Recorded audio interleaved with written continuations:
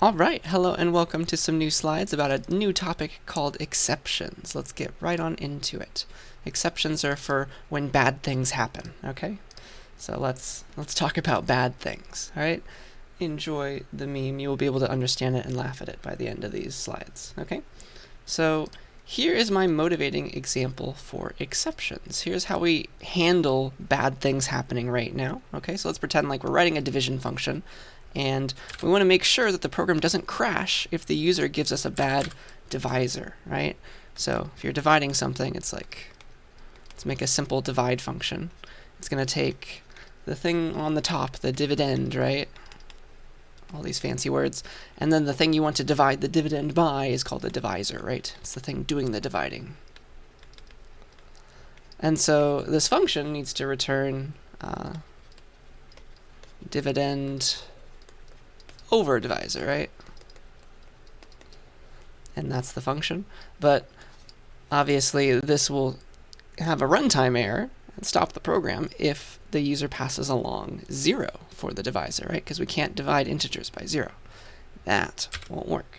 So, gosh, let's at least get there. Let's notice the problem and let's see how we might fix it.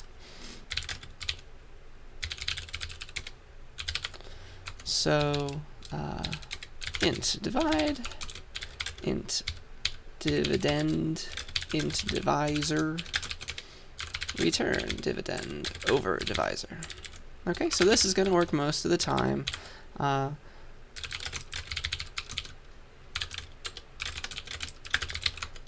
that'll be fine.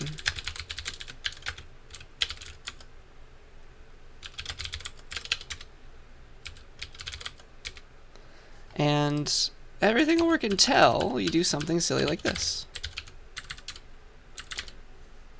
Oh no, floating point exception.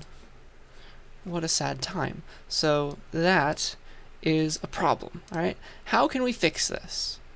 Well, maybe we should alert the user if something goes wrong, right? So we want to handle this error in some way. That's the idea. We want to handle the error. We want to make it so that it doesn't stop the program when something goes wrong.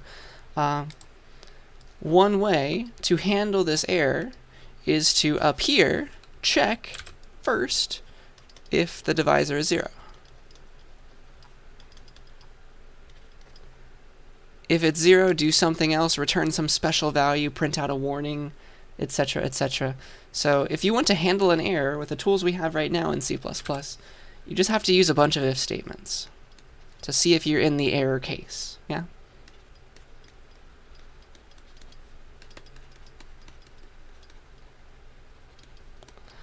And that gets really tedious and not very fun. So that's as good as we can do right now. We can do something like if divisor is equal to 0, then, well, we better warn the user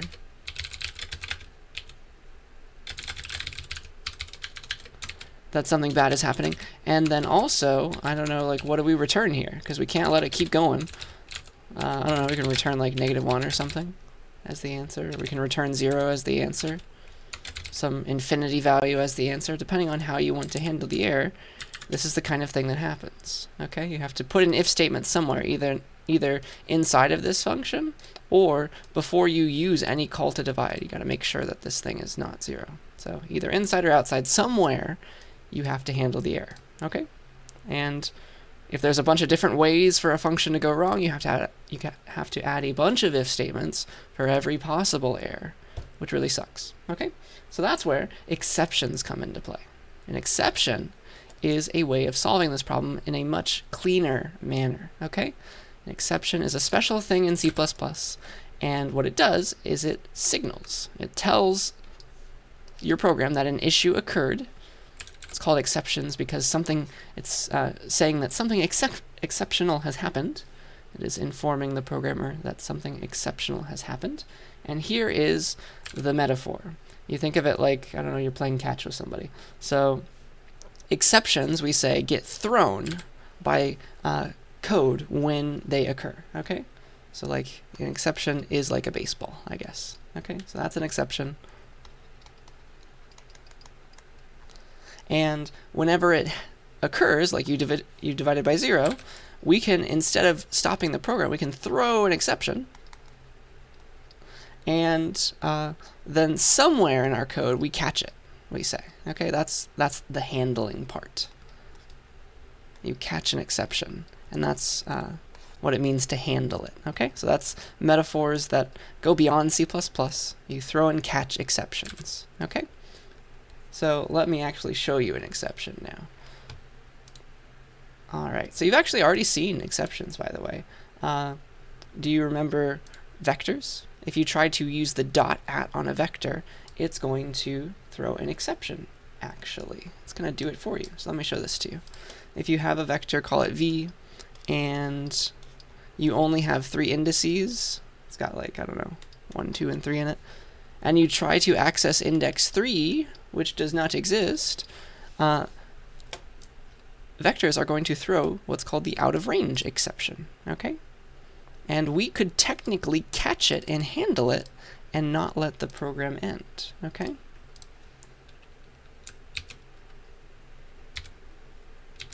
Let's see here. Vectors.cpp. Oops, I need to. That's not the terminal. That was Vim already. Okay. So I need vectors. So here's my vector v, and let's try to do this. V at 3, which doesn't exist. Watch what happens, and look closely to the output. Yes, it's going to stop the program, but look at the words.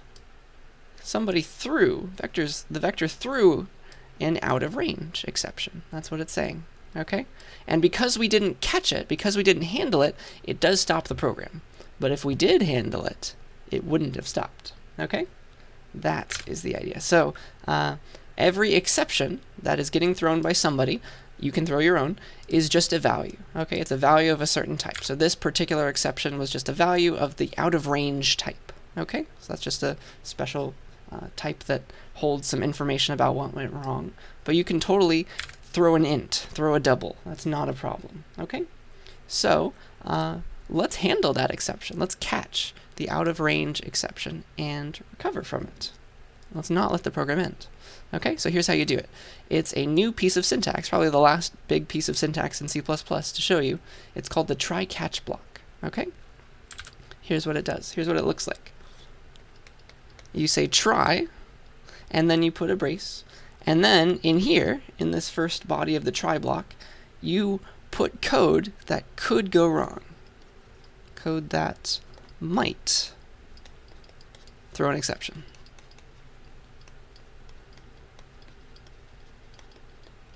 Okay? And then, so you expect this to continue as long as possible until some error occurs. Maybe no errors occur. That's fine. So that's a try block. So try to do this code, please. It might have an error inside of it.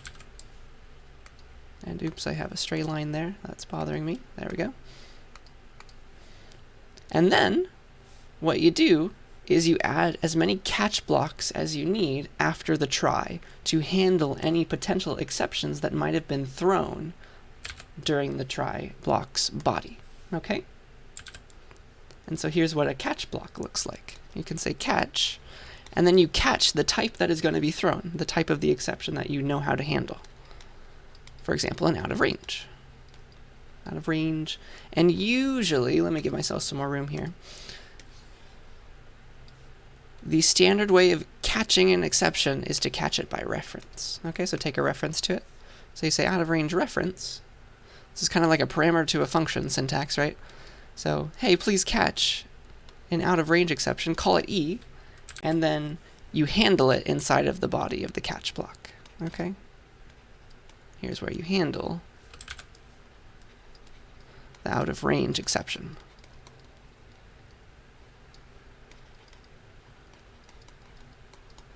Okay, so you try and run all this code as much as you can. If an error occurs, then it jumps to the corresponding catch block for the type of exception that got thrown. Okay? So there's a lot going on there. Let me code it up, and it should make a little bit more sense. And you can chain a bunch of catch blocks. Like maybe we weren't maybe in addition to an out of range exception, an int could have gotten thrown. So you can add another catch block down here. Catch an int, blah, blah, blah. Okay, but let's do the out of range exception. So this line could go wrong. Okay, well, it's guaranteed to go wrong, but that's okay. So put all code that could throw an exception inside the try block. Okay, and then let's catch an out of range by reference, call it E, and here's where we do stuff with it. So if an out of range exception got thrown, by the code in the try, then we jump straight to here and start running the handler, running the body. So running the code that is below to handle the exception. That's how it works. Okay? So we can handle this in any way we want. We could just be like, oh, we can just say, uh-oh, and out of range was thrown, sad face. And so now, instead of the program ending, we handled the problem, right? We tried to do something, it threw an exception, so we jumped here, it ran this code, and then just continued with the rest of the program. No runtime error. We handled the exception. Isn't that nice? That's super cool. Okay, so that is a try catch block. Let me show you a bit more. We want to be able to throw our own exceptions now, okay?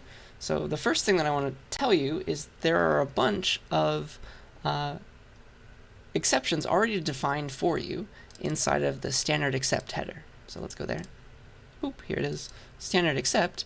There are a bunch of different kinds of errors that already have exception types made for them. So maybe if something goes extra wrong, you can throw a runtime error object, okay? And you can make one of those with the constructor. The constructor of a runtime error takes a string describing what went wrong, things like that. So we can talk about that. We can give an example of that in just a second. But yeah, if you want to throw a runtime error, for example, you just build a runtime error object, use its constructor, which takes a string, and every exception defined in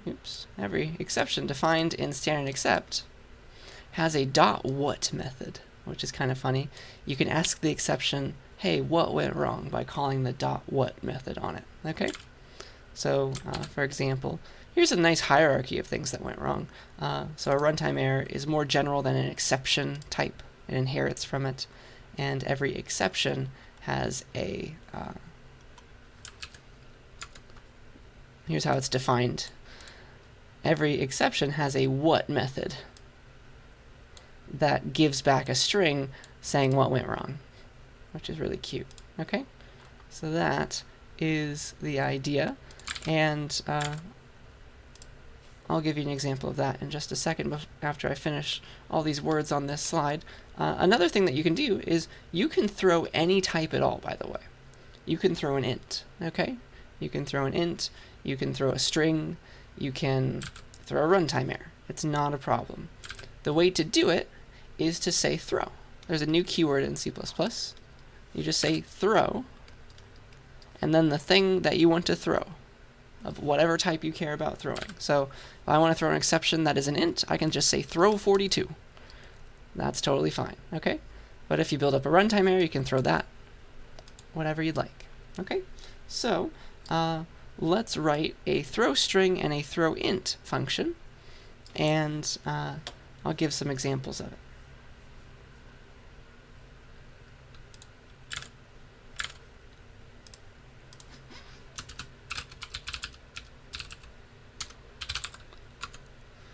So here's a, I don't know, void throw string function. String s equals blah, I don't know. You can throw any string. You can just say throw s, and so that throws it as an exception. You could also throw an int.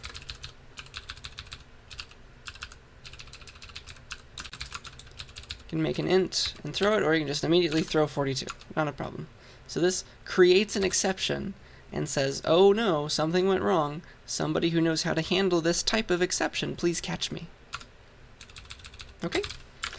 So that's what I want to do. And then let's have some examples of making try-catch. So try to throw a string, throw an int, and catch some stuff. So let's say, let's catch a int first. Why not? Usually you catch it by reference. So hey, if an int got thrown, here's what I want to do with it. See out. An int was thrown. It was, and then whatever the value was. Okay, so that's how you catch an int. But we could also throw a string in this try block, so let's know how to catch that too. Let's say, hey, I know how to catch a string as well. So if a string was thrown, then let's say that. Let's print it out. Let's handle that problem. A string was thrown. It was S. Okay? And so, depending on what went wrong, we jump to the appropriate catch block for that type. So it looks like we're going to throw the string first, and so that's immediately going to skip the rest of the try block. It just stops when the first error occurs, and it's going to jump straight to here and handle the string that got thrown. Okay? Yeah.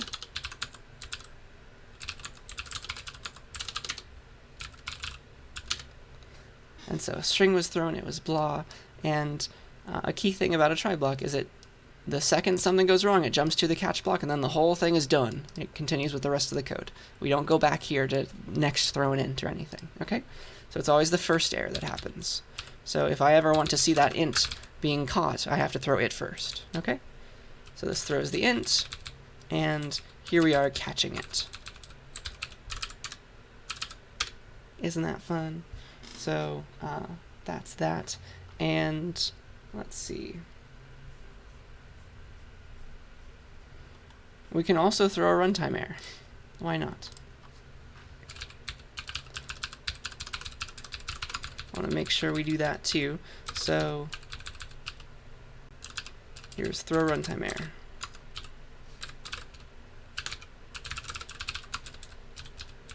So you can make a runtime error,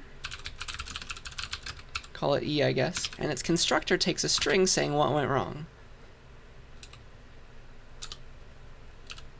We'll just say uh-oh, I don't know. So that is a runtime error object, and then I can throw it. Oops, it looks like I did something weird with my tablet. Hopefully it's happy now. I can throw E. Isn't that fun? So I could say this too. And if it happens, I need to know how to handle it. Right now, I have a way. I say to C++, hey, I know how to catch an int, hey, I know how to catch a string, but I have not said yet how to catch a runtime error. So that's going to cause a real runtime error, because it's going to throw it and not know how to catch it. And it's cute because whenever an exception gets thrown in C++ that is of the exception class, then it calls what for you, and so it prints it out for you, which is cute. So if we want to catch a runtime error, we have to say this, runtime error, by reference E, and it would be like this, a runtime error was thrown.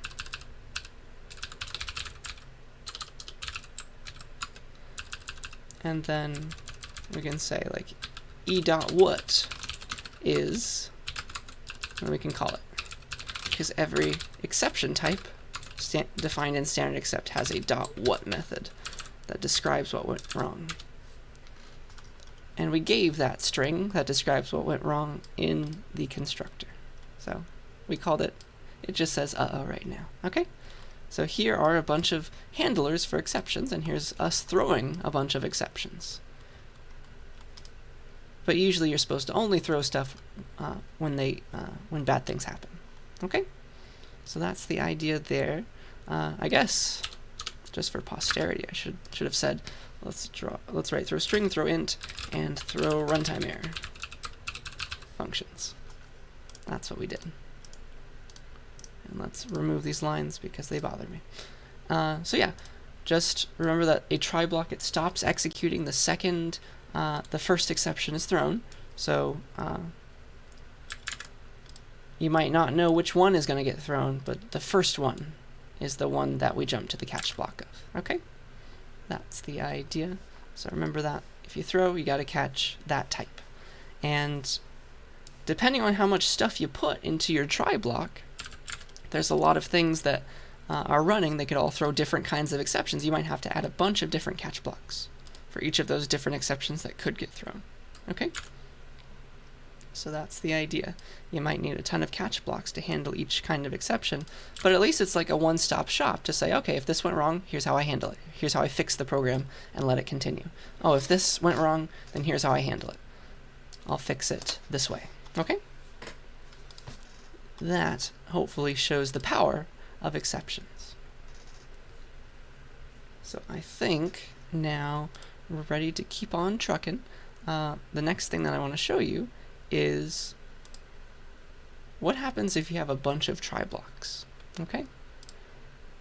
Let me show you that. There's a thing called the exception handler stack, or at least that's how I want to teach it to you, that kind of mimics the function call stack in a certain way. And let me build up an example for you. So, exceptions are super nice because as long as you catch them somewhere, you have handled them. Like, I don't have to immediately have a try block here. Maybe I have a bunch of try blocks all over my program, right? Because multiple things could happen in multiple places. As long as somewhere there's a try block, C++ is like gonna go and catch that exception.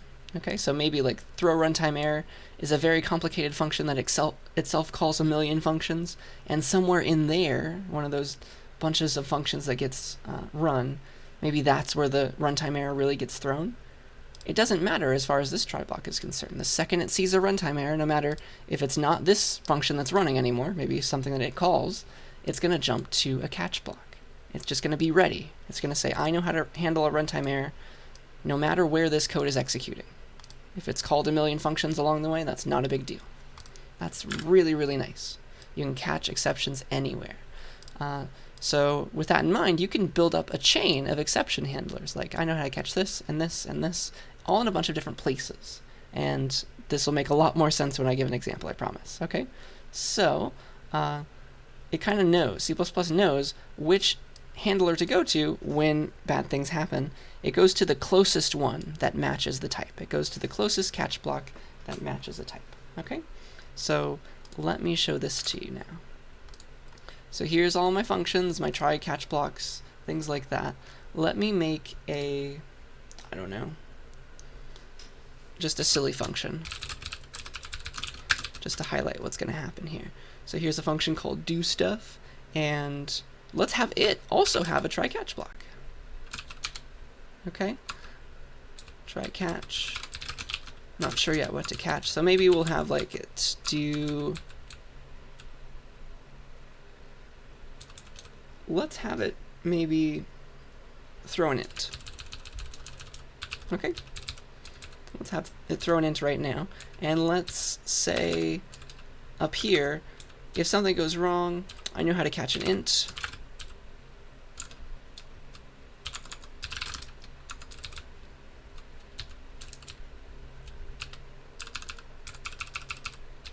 So let's say caught an int in doStuff. It was whatever it was thrown. Now let me scroll down here as well. Let's say caught an int in main.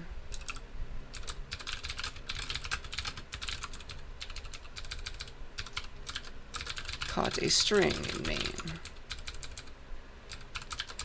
Caught a runtime error in main. Just to demonstrate what's about to happen here. So, let's say, I don't know, let's put doStuff at the start of this. Maybe, let's just transfer all this stuff. Okay, so now it's all in doStuff. It's doing weird things. So inside of this try block, I'm calling doStuff, and doStuff itself has a try catch. So a lot of stuff has gone on, but what's going to get printed here? Because try and watch what's going to happen, right? Try and think about what might happen here. So I'm calling doStuff. It itself has a try-catch block. It's going to throw an int. It's going to throw an int. And the question is, does this catch block catch the int, or does this one catch the int? Yeah? What do you think? Going back to what I said, there's only one potential option. It's the first one. So C++ knows how to catch things in multiple places, and if there are multiple places, it's going to go to the closest one to the code where the error happens. So this is the closer try-catch block to where the int got thrown. Okay? This one's farther away. It's a function away. So I hope that makes sense. That's a bit tricky to explain and probably to understand, but this is where the thing gets thrown and throw int. Here's where we call it, and here's a closer catch block to where the throwing occurs. Okay? That's what's going on there. So C++ knows which one to go to. It goes to the closest one. All right? So with that in mind, let me do things this way. Let's also say, hey, I know how to catch a runtime error. And again, depending on where I throw that, it might get caught here instead. Caught a runtime error in doStuff. And if it's the runtime error that gets thrown again, it's the closer thing. Does that make sense? This is the closer handler for a runtime error. This one's farther away, so it's going to go to this one. It's going to run its code to handle the error, and then it's going to call it a day. Okay, so we skip out on the other one, the lower one. So let's go back to how we were, and let me try and draw for you what's happening to make it easier to understand why C++ is able to tell, hey, yeah, this one's closer. I'm going to go to that one instead of this one. I call it the exception handler stack. Okay? So just like when you call a function, C++ remembers which try-catch blocks your code is running inside of. So when we call here, C++ knows, hey, yeah, I'm inside of a try block. And again here, when it starts running this code, it's like, okay, I'm inside of another try block. It remembers that, just like it remembers functions that have been called. So let me show you what gets built up. So we were in main. Main called doStuff. And doStuff called throwInt. That was the normal stack. But let me go back and draw it in a different way. So when we made main, we called main, we got into a try block first, before we even called doStuff. And so here's what happened. Here's the exception handler stack.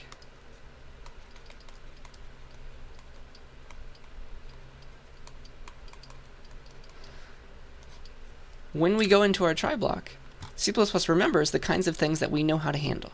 So there's a way to catch an int now, a string, and a runtime error. So we remember that. We say, okay, main knows how to catch an int. Main can catch an int. Main can catch a string.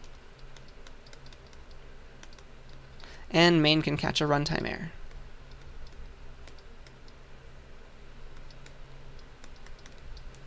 And so now if any of them happen, it's going to go to that one. Okay?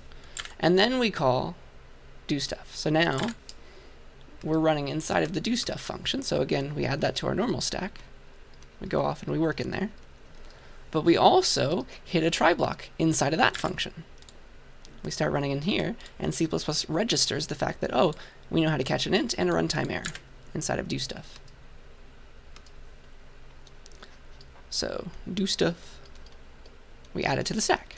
doStuff knows how to catch an int, and doStuff also knows how to catch a runtime error, should those happen. Okay? And then finally,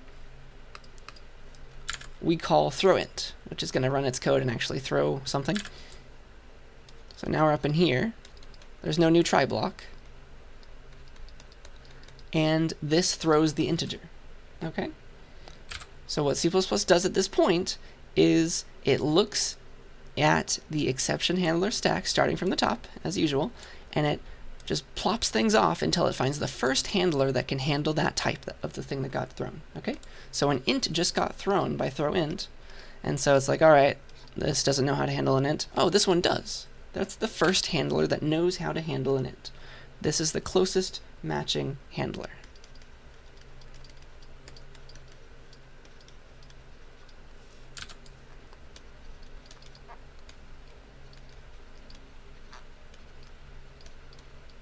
Okay, and so that's the one it uses to handle the int that just got thrown. And that's why it goes to this one rather than the one in main. Okay, I hope that makes enough sense. Spells it out. So with that in mind, let's actually use exceptions the way that they were meant to be used. Okay, so let's go back to our division example and let's fix it finally. Okay. Come full circle. Let's fix our division example and let's use exceptions the way that they're supposed to be used. So let's throw a runtime error in the division function if something goes wrong. Okay? We don't have to be the ones to handle it inside of the division function. We'll just let whoever catches the runtime error handle. Okay? We'll let whoever catches the runtime error handle that issue. Okay? That is the idea. So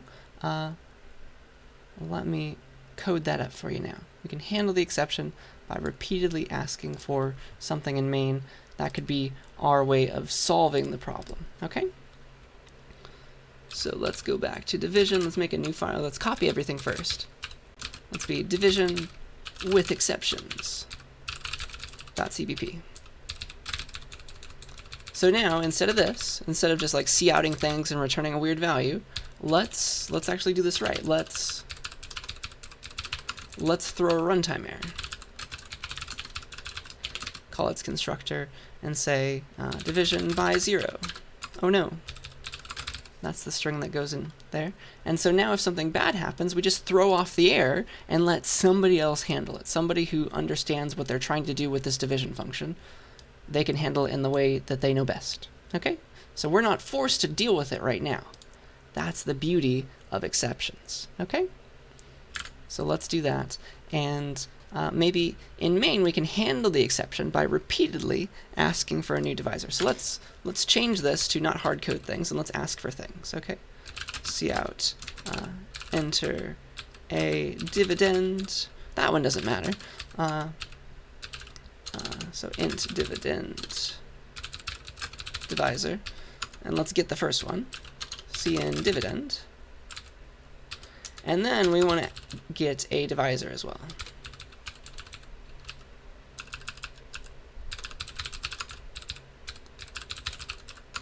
And then what we'd like to do is this. We'd like to cout divide dividend by divisor.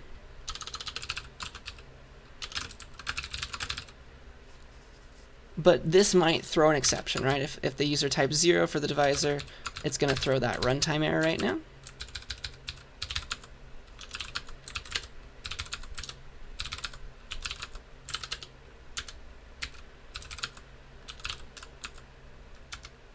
So enter dividend 42. 2, it's fine. 42, 0, it's not fine. We get a runtime error now, though. It's being thrown. So we can catch it, okay? So let's catch this runtime error and like ask the user for a different value. Ask the user for a different value. That can be how we handle this error. Okay, so try to do this. This is what we'd like to do. If we get to an exception, so catch a runtime error. If we get a runtime error, we'd like to try again.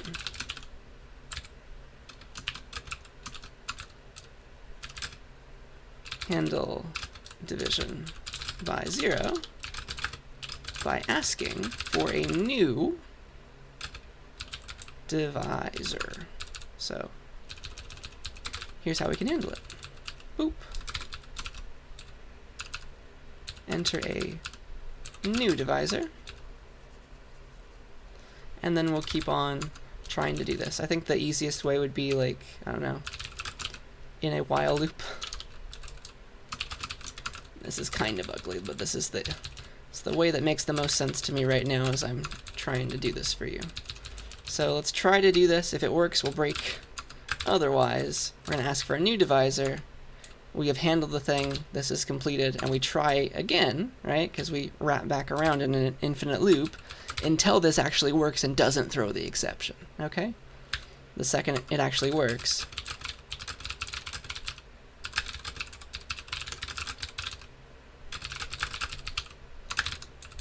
we're done. Okay? I think that makes the most sense to me. I hope that's pretty clear to you too. So enter dividend 42. If the divisor is 0, enter a new divisor. Fix this. Because we threw the exception, we caught it, and we handled it. We asked for a new divisor. If I enter 0 again, it's going to go back here and throw another exception. Another runtime error, because it keeps doing that. I can type 0 all day long, and it's going to keep asking me for a new one until I do it right, and the runtime error isn't thrown. Then I can actually run divide to completion and break out of this loop. Isn't that beautiful? That's a great way of handling errors. Like, we don't have to worry about it as the implementer of the divide function. We can let the person who understands the real issue, the reason why that was given a 0 in the first place, we can let them handle that. So we can throw off the problem to somebody else and expect them to catch it. That's beautiful.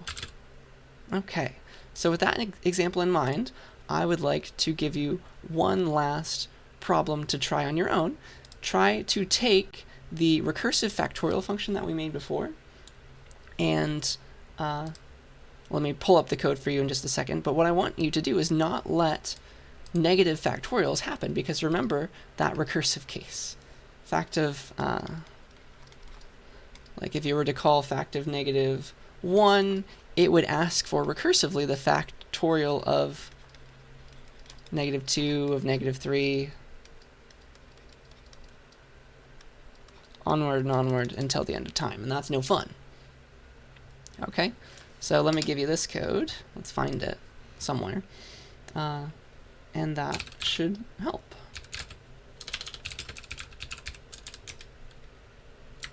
How about 21 then? Yeah, it's fact.cbp. So let's copy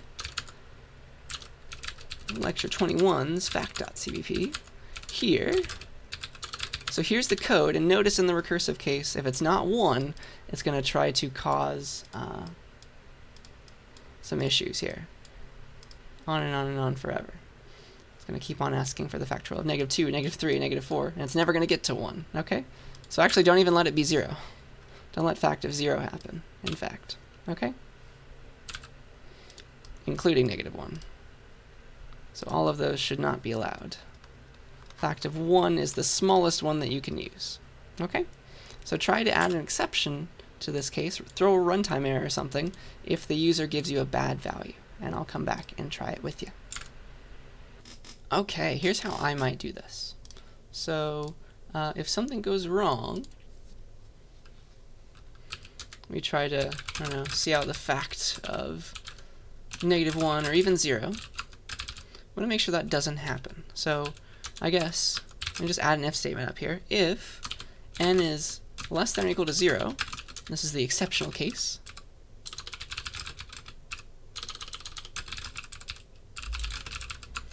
to make sure that this doesn't give back an answer. Okay? Technically, we could change the base case to 0, because the factorial of 0 really is defined to be 1, and everything would work still, but let's just keep it how it used to be. Okay? So throw a runtime error and just say, I don't know, fact can't handle numbers this small. The recursion doesn't work like that. And so if we want a runtime error, we have to say standard except, and now we have it. And now, here, it's going to throw that exception. It's going to throw that runtime error. And oops, I forgot a semicolon, excuse me. And let's call it fact.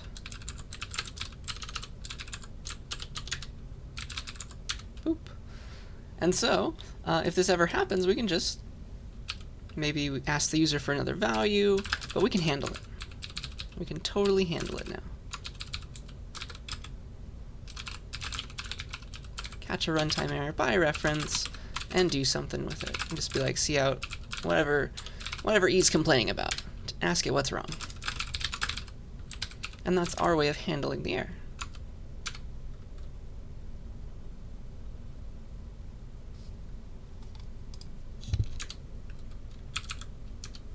Yay! So the first one worked, but the second one had a runtime error, but we handled it. We didn't let it stop the program. Isn't that beautiful? So yeah, that is exceptions in a nutshell. Your book will go into it in a bit more detail, but this is the gist of it that's important for me to show you twice. And the moral of this story is just thinking about exceptions, thinking about the things that, thinking about exceptions in general, makes you think about, okay, what could cause an exception? That forces you to think about what could go wrong. That is very important. That helps you become what's called a defensive programmer, to make sure that nobody can hack your code by giving it weird inputs that you didn't think of, because you have handled every possible exceptional case. Okay? So exceptions are very nice. They let you throw off a problem to somebody else to deal with later. And that is something that we couldn't really handle in C++ yet without a bunch of weird if statements and like weird error code return values, things like that. So look at how far we've come. Instead of this, be like, okay, oh man, I have to handle this. I have to give back a weird value from divide. No. You can just throw off the problem for somebody else to handle in the way that they think is best. Okay? You don't have to decide for them. So that is exceptions. That's the end of these short slides, and I'll see you in the next lecture with a new topic.